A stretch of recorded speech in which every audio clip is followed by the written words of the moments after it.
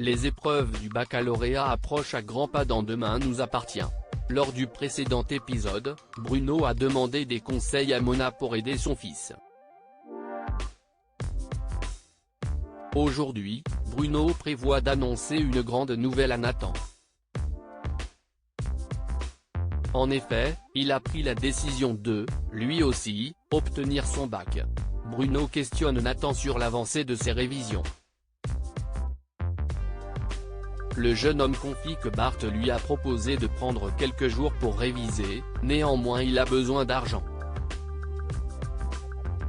Bruno lui propose alors de travailler avec lui et à sa grande surprise, Nathan accepte.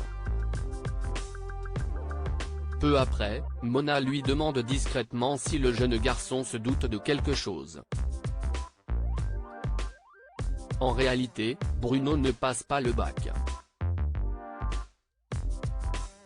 Il souhaite juste motiver son fils. Mona fait alors prendre conscience à Bruno l'ampleur du travail qui l'attend. Le père de Nathan avoue que pour la philosophie, il ne devrait pas y avoir de problème, cependant il ne sait même pas ce qu'est le grand oral. Mona ajoute qu'il s'agit du plus fort coefficient.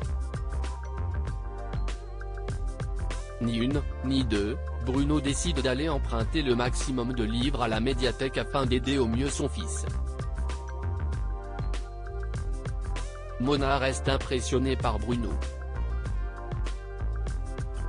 Dans l'après-midi, alors qu'ils révisent entre père et fils, Julie les rejoint et assiste à une jolie scène d'entraide. Demain nous appartient épisode du 8 juin. L'heure de l'anniversaire d'Aurore a bientôt sonné dans la série quotidienne de TF1.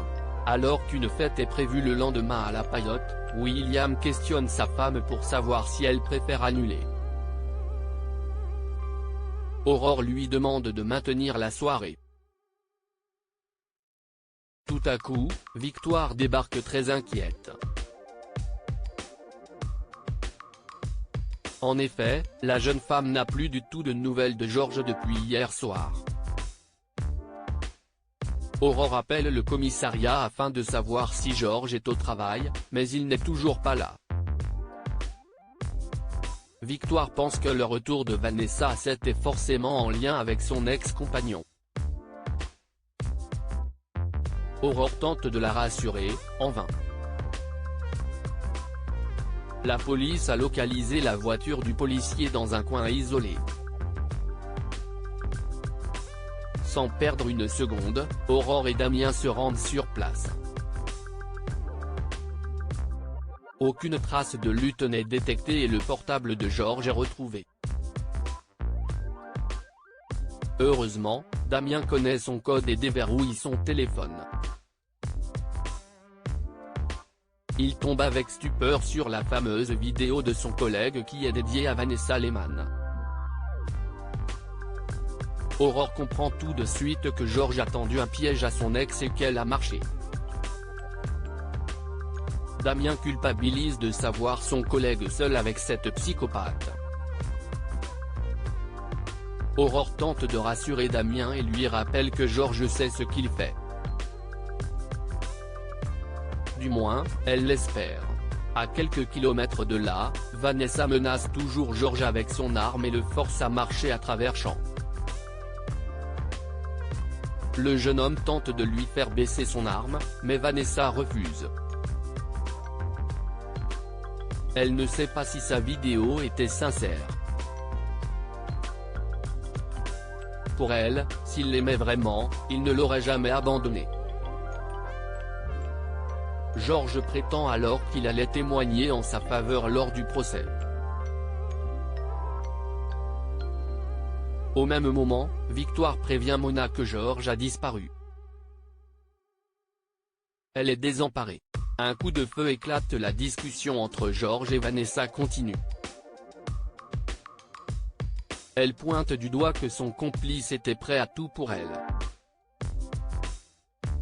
De plus, elle ajoute qu'il avait quitté sa femme, son travail et ses amis juste pour la suivre. Georges lui fait croire qu'il n'était pas encore prêt, mais quand il a vu Mathilde lui tirer dessus, il a cru la perdre.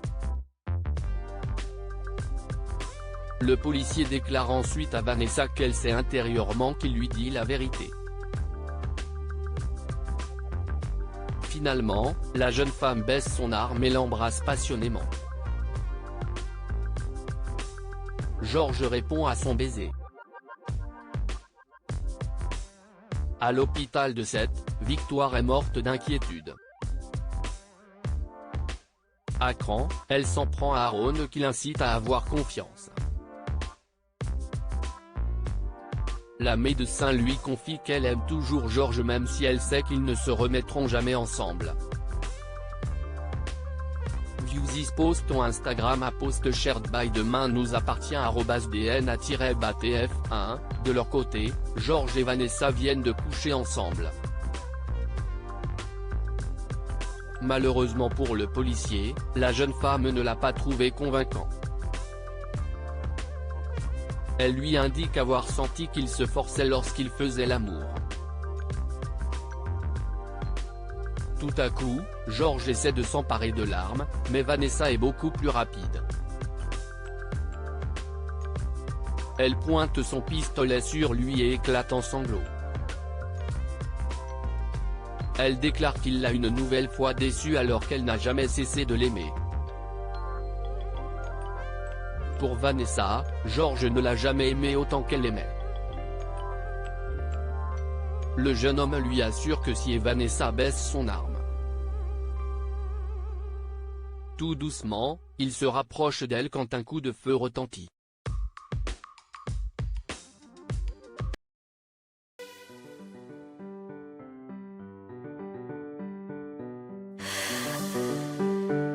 The man I love just had